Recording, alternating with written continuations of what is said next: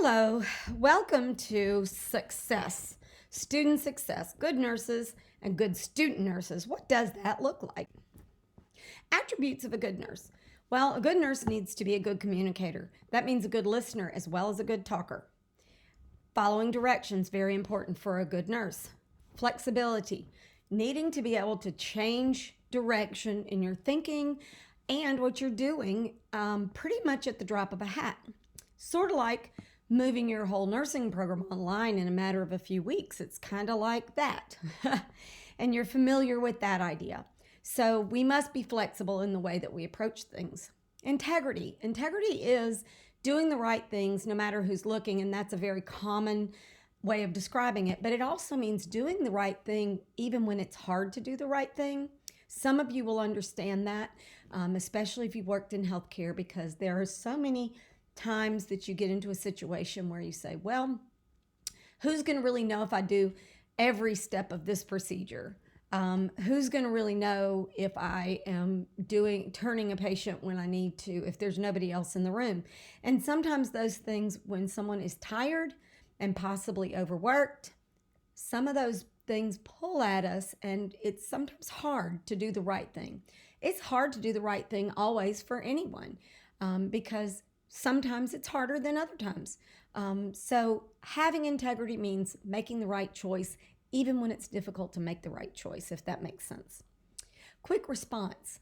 We need for you to be able to answer a question. That doesn't mean a lightning round, and we certainly want you to put thought into your answers, but I do need for you to make decisions and not have to take 3 days for every decision. We all know that one person who can't buy a pair of jeans by themselves without getting 50 people to weigh in on it, or can't buy a car unless they go and drive it 7 different times. So we do need for you to be able to make decisions and act on the decisions, good decisions. Intuition. Intuition is an attribute of a good nurse, but it is not something that you develop until you are practicing as a nurse. So you will see nurses that are experienced around you kind of seem to know exactly what's going on, even when they don't really know what's going on. A lot of that is just from experience and exposure, and you will develop that as well. Emotional stability is very important. This is a very trying profession. It can be emotionally draining, it can be physically draining, which can sometimes wear on your emotions. So I want to make sure that you know that that is an important thing. So if you have a hard time controlling your emotions, you might want to start practicing kind of saving the response for the appropriate time and place. We cannot cry at the bedside. Certainly we well up on occasion, but if we've really got some frustrating situations, we have to wait, hold that until it's an appropriate time to vent and let that out. Physical endurance.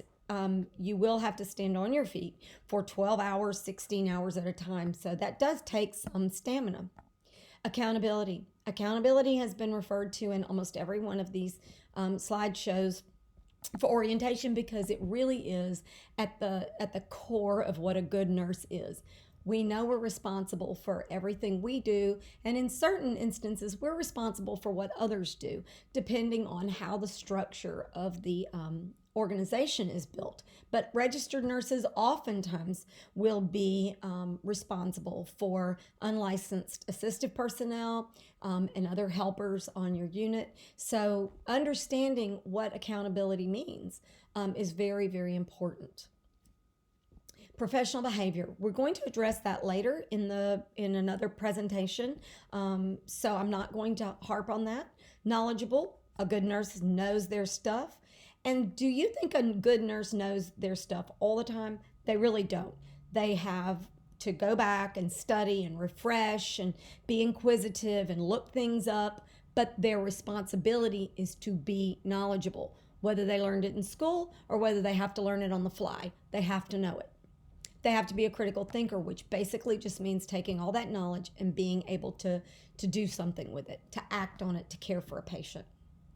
Observation skills have to be very, very good. If you're not paying attention to what's going on with your patient, many times you can miss some very, very key pieces of information that would help you to help them to get better. You must be empathetic. Remember that we all have lives. Even your teachers have lives. Many times, many people in the professional setting are going through things that you know nothing about. Mainly because of this strong sense of duty of nurses. They generally are at work for their patients, even when things are really falling apart in their personal life. So you have to remember that. They don't take, vacation days because they need to cry over something, or, that's kind of rare. They usually kind of step up to the call and take care of the patients like they would any other day. But on the other hand, you need to remember that people may be going through things that you can't see and you don't know about. So you should always keep that in mind. So everyone that enters nursing school thinks they're a superhero, mainly because it takes a certain amount of that to be a nurse. You have to want to save the day, if you will. That is kind of our personality and the way it runs. But there's a newsflash here, and that's that you're not a superhero and you cannot do everything alone. That's why nurses work in teams, because we cannot save the world single-handedly. So in the academic world, there is tutoring, but you need to reach out to your instructor if you're having problems and tell them that you need some assistance. Tell them that you need something clarified, but please be sure and communicate. I am available online anytime, pretty much. Email me. You're going to get a contact sheet from Miss Edwards in the office, nursing office, and all of our numbers are on there. If you really need to call myself or Miss Sproles, you can, but please reserve that for emergencies. Email is pretty good, and we normally get back to you within that day. So make sure that you are using your resources. Ms. Edwards is our hybrid coordinator, and she has a lot to do with the online environment, online grades, more so with those online classes that are off campus. Now that we are virtual because of the pandemic, we're calling those virtual classes that are campus-based. Those in that instance, you can get a hold of your instructor. But when you're in the online environment, off campus, which would be your general education courses like psychology or growth and development, a lot of times it's very difficult to do that communication. So Ms. Edwards is there for you. Make sure you communicate with her. We do have a personal company. Not personal company, but a company, WellConnect, that helps with personal issues and struggles. And that can be anything from counseling to helping to hook you up with community resources to help you out in maybe if you don't have health insurance, getting certain services or getting legal services, that kind of thing. So make sure that you let us know if you need a referral to WellConnect. It is completely confidential. They do not let us know what you talked about at all. It is all done between you and them. All we do is serve as the liaison to give you the number and let them know that you're calling and that you are with us. Therefore, they should provide you services for no cost. Okay?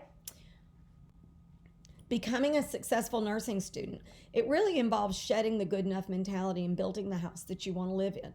And when I talk about a house that you want to live in, what I mean by that is in nursing education, I always think about all the classes you take as parts of a house. So your general education and your sciences kind of are your foundation.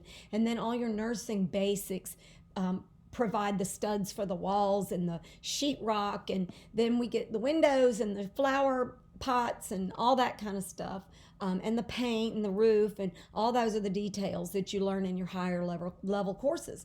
Here's the problem with the house. The house is what it is when you graduate. You can't change the house you built. So make sure you build a house that you want to live in forever, because you're stuck in it. And it doesn't really show at first because you've got a nice coat of paint on the outside. But when a crisis comes up, like this COVID-19 outbreak, or a natural disaster, or any other crisis, we can really see that foundation shake. So a lot of these nursing students that have graduated from our program have reached back to us and say, I am so glad that you really, really, really facilitated us building a very strong foundation, because it has saved me through this crisis. So build the house you want to live in. That means take every bit of this education seriously. Take it very seriously. It's very serious. So you do have to shed that good enough mentality. Is it good enough that the wall stands up, or do you want the wall to stand up in the middle of a hurricane? I think we want that stronger wall. So don't do good enough work. Do excellent work. The struggle is real. I want to make sure that you understand that many people blame a lot on the things that don't matter. Past experience in healthcare doesn't matter at all. Past education really doesn't matter at all. I have people that have master's degrees in sociology and environmental sciences. It has not helped them not one bit in nursing classes. Nursing is just a completely different animal, and everyone says that when they get in and when they graduate. Amount of dependence. One child, two children, a dog, grandparents, really doesn't seem to matter. The people that are successful because they stuck to it and had grit. Your work situation, this can get in the way sometimes if you allow it to. If you have your mind made up that this is it, this is the way you have to work, this is the only job you can have, there is no flexibility, you could have a problem in the nursing school or in the nursing program, because at some point you might have to move to a more flexible job. So work can get in the way, but I've seen people work throughout the program, and as long as they took advantage of every moment that they're not working and studied, they did make it successfully. So what does matter? Mindset. Making your mind up that you're going to do it and that nobody's going to get in your way is one of your biggest assets.